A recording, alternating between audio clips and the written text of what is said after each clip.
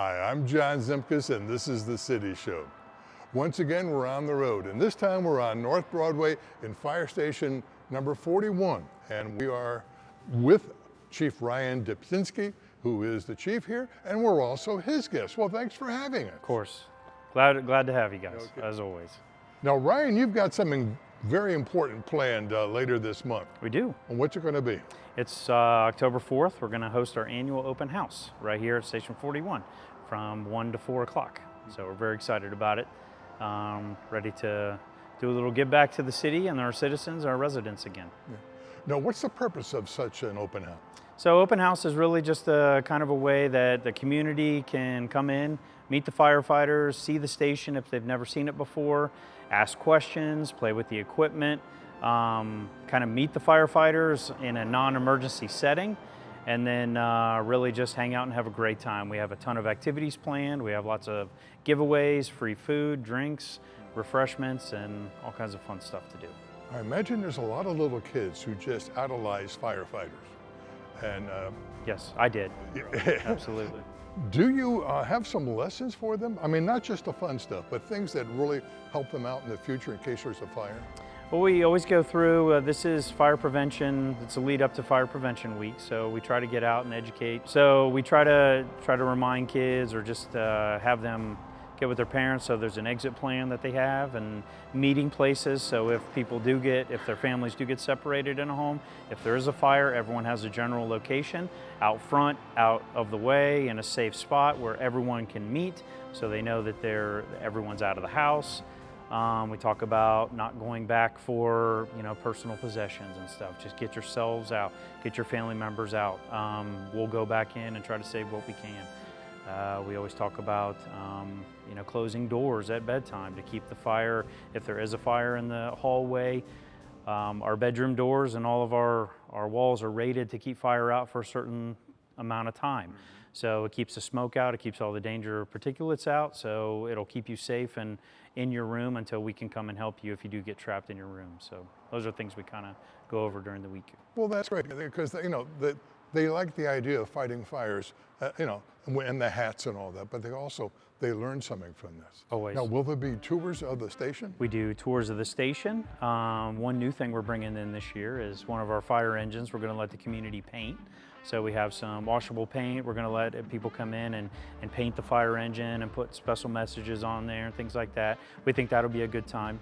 We're going to have a pumpkin drop that's going to have all kinds of fun candy and giveaways that we can drop from our tall ladder truck. And then, like I said, we have refreshments.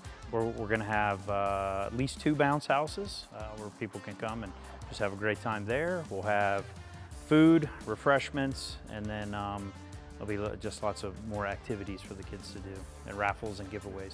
And it's all free? All free. Yeah. Now, how high would that ladder get to drop the pumpkin? We're going to try to go right around 70-ish feet, I think, is what we're going to try to do. I can't remember how high we went last year, so don't quote me, but it will be pretty high. It'll be high enough.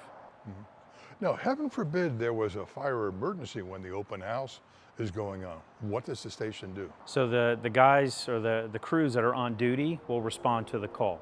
So we have a lot of our off-duty personnel which will be helping us work the open house.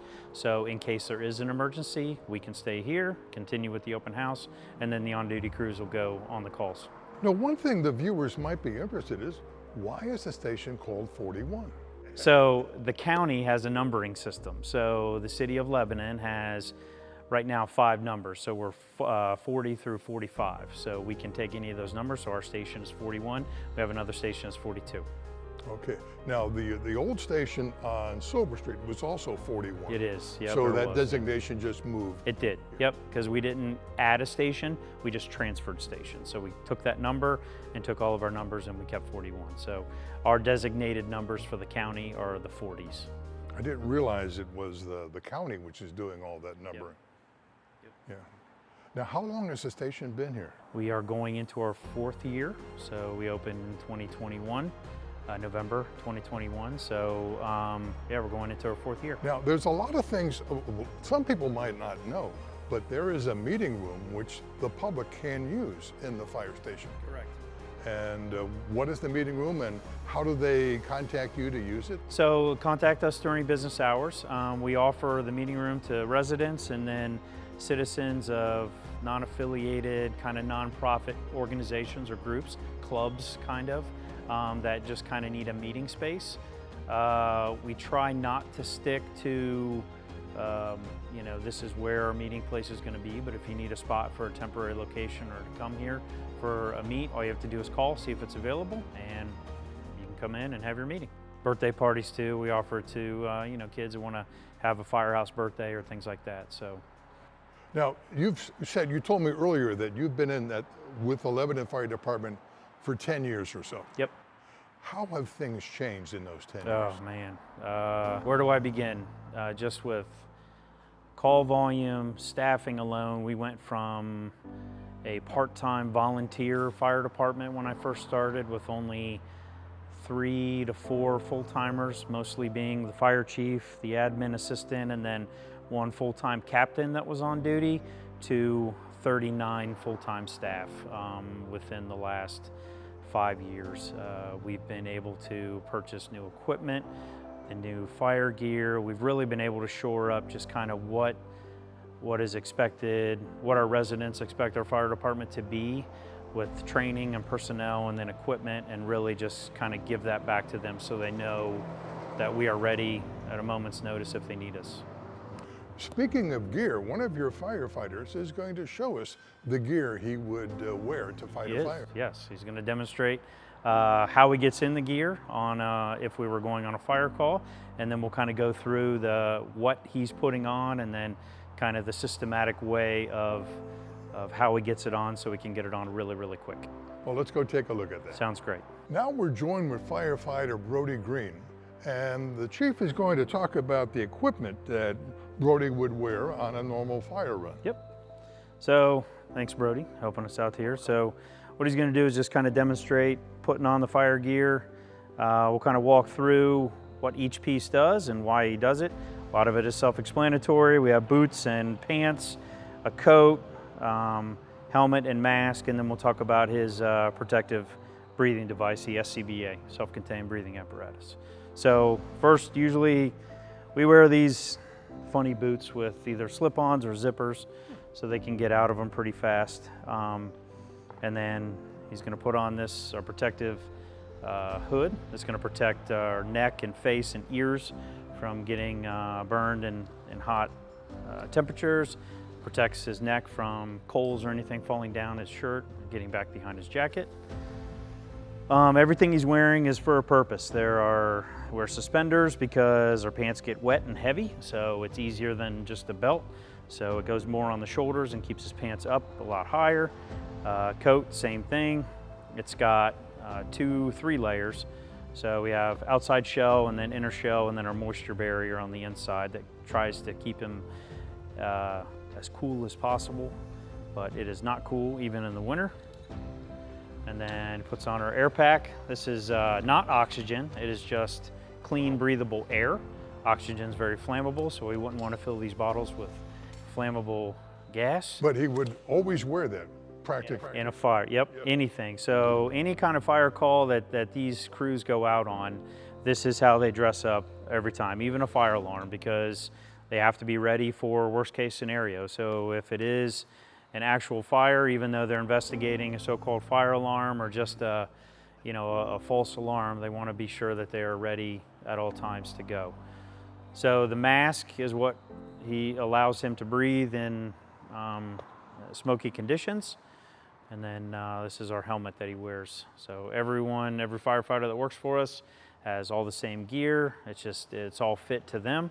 So everything is specialized to them. So we test these masks regularly. He has to do a fit test to make sure that it fits right. And then he's able to breathe through the air and there are no leaks and nothing can get in on the side. What connects the mask to the tank? It's this regulator right here. It's called the mouth-to-mask regulator, okay. The MMR. So he's gonna plug that in and then he'll turn on his bottle, just like you would a scuba gear or something. Very similar setup here, but he turns the bottle on back here. Yep. Bottle gets turned on here, so as soon as he turns it on, it lights up. He's able to read how much air he has, which is in this gauge here. It's also his alarm, his pass device. So this SCBA has a built-in kind of a security feature to where, yeah, go ahead, sure. So if he were to get injured or go down in a fire to where he cannot move or goes unconscious, after about 15 seconds of sitting still, the pass device or the alarm will start to alarm and you tell him that he needs to get moving. If it continues and he sits there for 30 seconds or longer, it actually goes into an active alarm and then alerts. It's extremely loud. It alerts everyone on the fire ground that someone is in need of help. How long will the tank normally last as far as fighting air? Depending on how in shape you are, honestly. That's letting you know that you need to move. So, and then all he has to do is shake and it goes back. But these are rated at 45-minute bottles.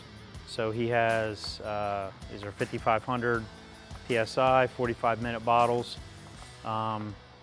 Guys that are in great shape can probably get about 30 minutes of solid work out of them, and then they have to come out and switch out. Some, depending on how much you breathe and how in shape you are, you can go longer or go a lot shorter. It just depends. Now, how much does the whole outfit weigh? We're looking at probably about 60 to 70 pounds of extra gear on him, if you include the helmet, the mask, and then the bottle and pack.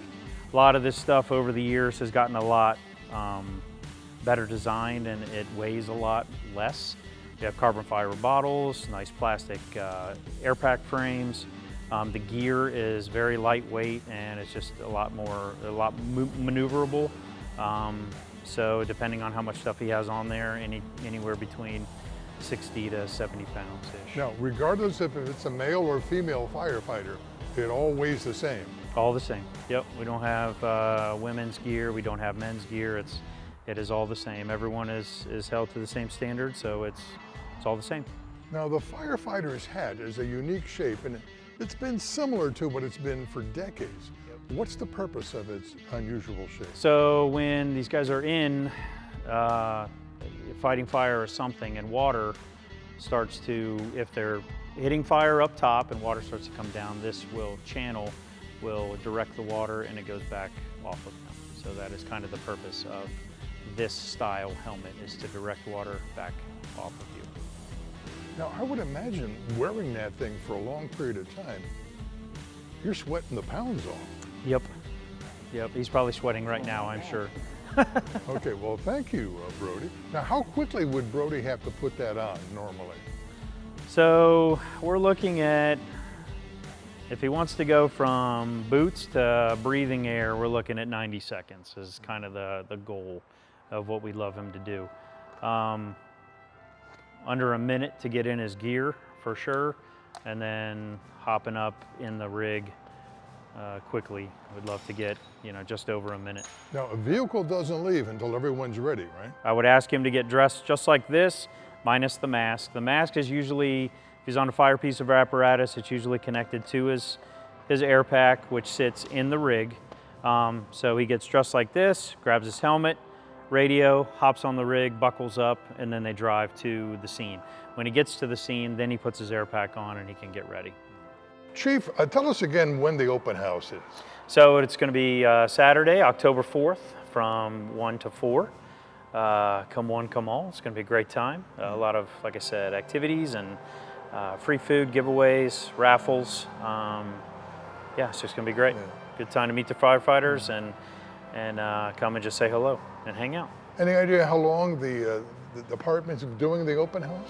We've been doing it as long as I've been here. We did it over at the old station.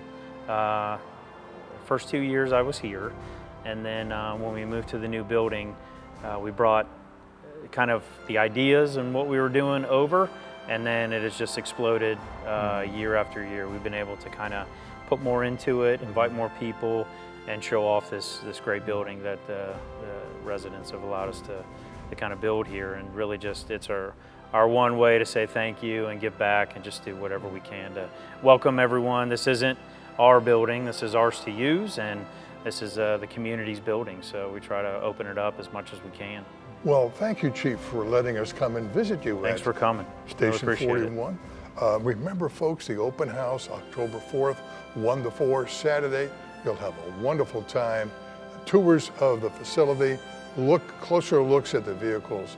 It's going to be a fun and interesting thing for the entire family. You take care, and we'll see you around town.